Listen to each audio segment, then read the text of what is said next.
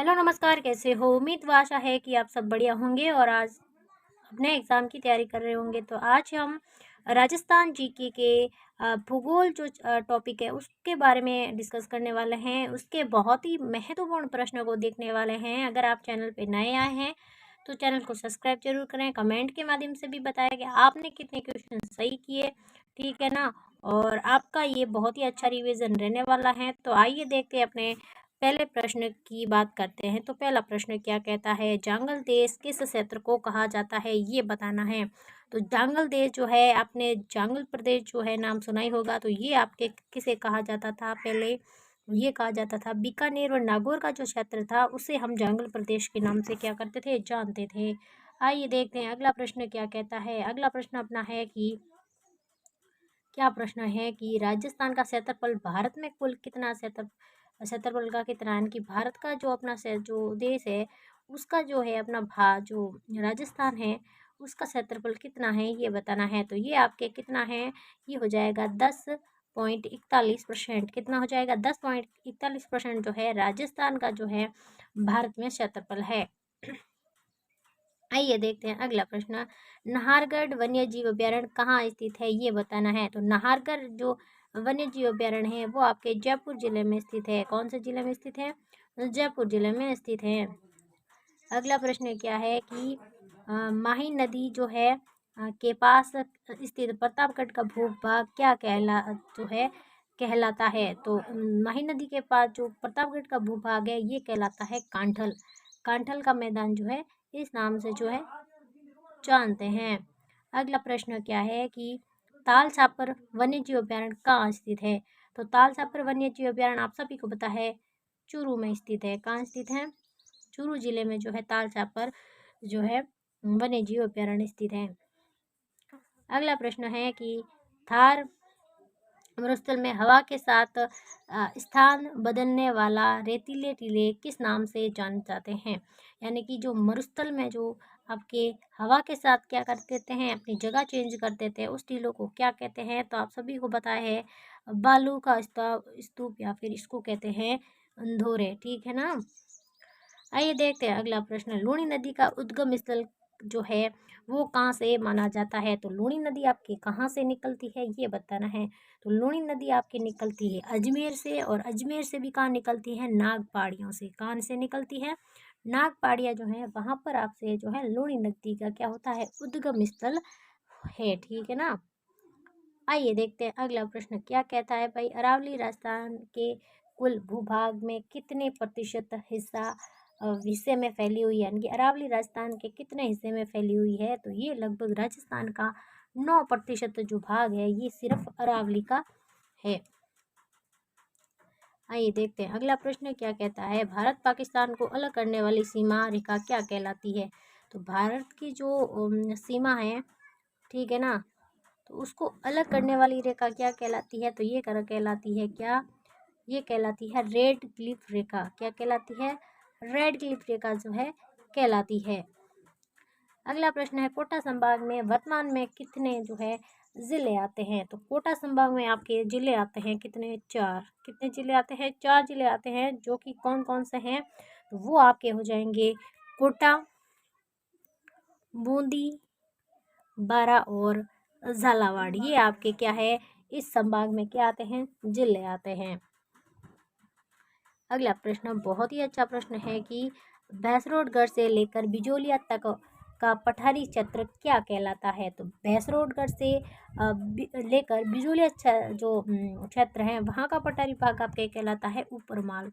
ऊपरमाल जो है आपके पंच बोर्ड की भी स्थापना हुई थी, आपको पता है विजय सिंह पति के द्वारा की जाती है। तो वही जो है आपका ऊपरमाल जो है क्षेत्र जो है भैंसरोड से लेकर बिजोलिया तक का कहलाता है। आइए देखते हैं अगला प्रश्न। उदयपुर के आसपास का क्षेत्र किस नाम से जाना जाता है। तो उदयपुर का जो आसपास का क्षेत्र है उसे हम जानते हैं गिरवा के नाम से। किस नाम से जानते हैं? गिरवा के नाम से जानते हैं। आइए देखते हैं अगला प्रश्न। और अगला प्रश्न क्या कहता है? प्रश्न बहुत ही अच्छा है। जैसलमेर का प्राचीन नाम क्या था। तो जैसलमेर का प्राचीन नाम तो था जो मांड क्षेत्र के नाम से जाना जाता था, जिसे वल्लभ नाम से भी किसको क्या है, प्राचीन काल में जाना जाता था। आइए देखते हैं अगला प्रश्न। राजस्थान की अंतर्राष्ट्रीय सीमा की लंबाई कितनी है ये बताना है। तो आप सभी को पता है राजस्थान की जो अंतर्राष्ट्रीय सीमा है पाकिस्तान से लगती है, ठीक है ना, उसकी लंबाई हो जाएगी 1070। कितनी है? 1070 जो है आपकी अंतर्राष्ट्रीय सीमा हो जाएगी, ठीक है। अगला प्रश्न है कि शेखावटी क्षेत्र में कौन कौन से जिले आते हैं ये बताना है। शेखावटी जिले आप सभी को पता है कि उत्तर से पूर्वी जो अपना क्षेत्र है वहाँ के जो ये आपके उसके अंतर्गत ये जिले आते हैं, जिसमें आपके सीकर है, झुंझुनू और चूरू, ये 3 जिले जो है आपके शेखावटी क्षेत्र से संबंधित हो जाएंगे। अगला प्रश्न है अरावली पर्वतमाला राजस्थान को कितने भागों में बांटती है। तो आप सभी को पता है अरावली पर्वतमाला एक वलित पर्वतमाला है, सबसे पुरानी पर्वतमाला है, जो कि आपको ये जो है राजस्थान को 2 भागों में विभाजित करती है। अगला प्रश्न देखते हैं वागड़ किस क्षेत्र को कहा जाता है। तो आप सभी को पता है जो डूंगरपुर बांसवाड़ा का जो क्षेत्र है उसे हम किस नाम से जानते हैं? वागड़ के नाम से जानते हैं।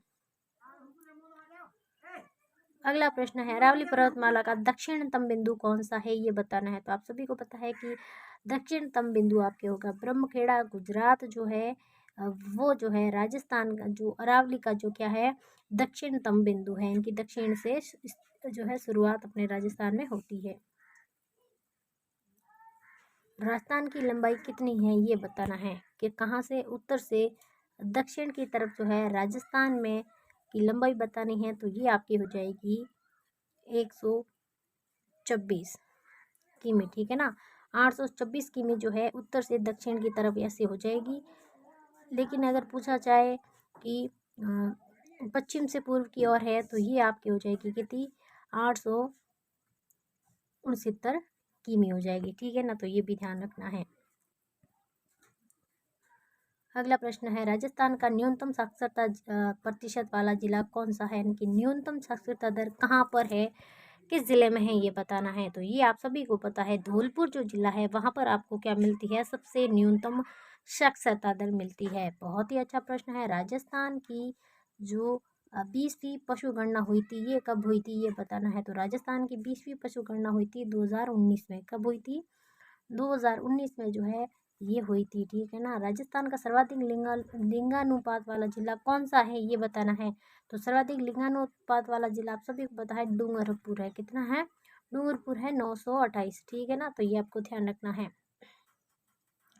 अगला प्रश्न है कि फुलवारी की नाल वन्य जीव अभ्यारण्य किस जिले में स्थित है ये बताना है। तो फुलवारी की नाल जो वन्य जीव अभ्यारण्य है ये आपके उदयपुर जिले में स्थित है। किस जिले में स्थित है? उदयपुर जिले में स्थित है। अगला प्रश्न है किस राज्य को खनिजों का अजायब घर कहते हैं। तो किस राज्य को कहते हैं? तो ये हमारे राजस्थान को जो है खनिजों का अजायब घर कहते हैं, यानी कि बहुत से प्रकार के हमारे जो है यहाँ पर खनिज की विविधता, यानी कि अलग अलग प्रकार के क्या है खनिज जो है हमारे राजस्थान में पाए जाते हैं। अगला प्रश्न बहुत ही अच्छा प्रश्न है कि सेवण व तुरुंडिंगम किस क्षेत्र में पाई जाती है। तो ये जो है आपके पश्चिमी मरुस्थल में पाया जाता है। सेवण घास है, तुरुंडिंग ये जो है आपके पश्चिमी स्थल में पाए जाते हैं। अगला बहुत ही अच्छा प्रश्न है कि राजस्थान का सबसे पुराना सीमेंट कारखाना कहाँ स्थित है। तो आप सभी को पता है राजस्थान का सबसे पुराना व प्रथम जो है ये कारखाना है लाखेरी। लाखेरी कहाँ स्थित है? बूंदी जिले में स्थित है ये आपका सीमेंट का कारखाना, ठीक है ना। अगला प्रश्न क्या है कि काजरी और आफरी कहाँ स्थित है। तो ये आपके काजरी व आफरी स्थित है जोधपुर जिले में। कहाँ स्थित है? जोधपुर जिले में स्थित है। अगला प्रश्न बहुत ही अच्छा प्रश्न है कि क्रेन किस राष्ट्रीय साइबेरियन जो क्रेन है किस राष्ट्रीय उद्यान में पाया जाता है। तो आप सभी को पता है जो केवलादेव अभ्यारण्य है ये इस वहाँ पर साइबेरियन सारस जो है पाए जाते हैं। अगला प्रश्न बहुत ही अच्छा प्रश्न है सीता माता वन्य जीव अभ्यारण्य किस के लिए प्रसिद्ध है ये बताना है। तो ये उड़न गहलेरियों के जो है सीता माता अभ्यारण्य स्थित है, ये प्रतापगढ़ में स्थित है। अगला प्रश्न है कि राज्य में गेहूं उत्पादन में प्रथम स्थान किस जिले का है। तो ये आपके श्री गंगानगर का है। किसका है? श्री गंगानगर का जो है ये सब प्रथम स्थान है। राजस्थान की जीवन रेखा किसे कहा जाता है? तो राजस्थान की जीवन रेखा आपके अरावली क्षेत्र को कहा जाता है। किसे कहा जाता है? अरावली को कहा जाता है। अगला प्रश्न है annals antiquities of India Rajasthan के लेखक कौन है? तो ये कर्नल जेम्स जो है वो जाएंगे। ठीक है ना। Annals and antiquities of Rajasthan के लेखक कौन है? तो ये आप सभी को पता है कौन है, कर्नल जेम्स टोड है। कौन है? कर्नल जेम्स टोड जाएंगे। अगला प्रश्न है कौन सही सुमिलित नहीं है? तो आपको बताना है सुमिलित कौन सा सही नहीं है, ये बताना है। तो मेवात अलवर भरतपुर का हिस्सा है। इस वागड़ का जो है डूंगरपुर बांसवाड़ा को कहा जाता है। भोमट जो है ये आपके गलत हो जाएगा, ये कहा जाता है उदयपुर व डूंगरपुर के क्षेत्र को है भोमट के नाम से जानते हैं। ठीक है ना। हड़ौती आपके कोटा बूंदी बारां झालावाड़ हो जाएंगे। अगला प्रश्न है कि राजस्थान का प्रयोग सर्वप्रथम किसने किया? तो ये आपका किया था किसने? ये करने वाले थे कौन? जॉर्ज थॉमस ने जो है आपके राजस्थान का सर्वप्रथम इस जो है नाम का प्रयोग किया था। अगला प्रश्न है कर्क रेखा की राजस्थान में लंबाई कितनी है? तो ये आपके है 26 किमी जो है आपके राजस्थान की क्या है? कर्क रेखा की क्या हो जाएगी? लंबाई हो जाएगी। अगला प्रश्न राजस्थान की लंबाई व चौड़ाई में अंतर कितना है, ये बताना है। यानी कि 826 व 869 में दोनों में अंतर कितना है? तो ये हो जाएगा आपके 43 किमी। कितना हो जाएगा? 43 किमी हो जाएगा। अगला प्रश्न है राजस्थान की स्थलीय सीमा की लंबाई कितनी है, ये बताना है। तो राजस्थान की स्थलीय सीमा की सीमा जो है 5,920 जो किमी है वो हो जाएगी। ठीक है। अगला प्रश्न है राजस्थान का प्राचीनतम प्रयोग जो है राजस्थान शब्द का प्राचीनतम प्रयोग किस ग्रंथ में हुआ था? तो राज रूपक में भी हुआ और मोहनत नयन सीगरी खयात जो है इन दोनों में आपको है राजस्थान का प्राचीनतम उल्लेख मिलता है। अगला प्रश्न है कि भारत का पहला भूमिगत परमाणु परीक्षण कहाँ हुआ था? तो ये हुआ था आपके पोखरण जैसलमेर में। ठीक है ना। अंतिम प्रश्न है कि डांग क्षेत्र में आने वाला भूभाग कौन सा है? तो डांग क्षेत्र में आने वाला भूभाग कौन सा है? करौली क्षेत्र हो जाएगा। करौली व धौलपुर और मसौई माधोपुर तीनों हो जाएंगे। ठीक ना। उपयोग सभी हो जाएंगे। ठीक है। तो ये आपके जो है इसका सही जवाब हो जाएगा। तो ये आपके लगभग कितने प्रश्न थे? 40 प्रश्न थे राजस्थान भूगोल के। आपने कितने सही किए आप हमें कमेंट के माध्यम से बता सकते हो। ठीक है। थैंक यू, धन्यवाद।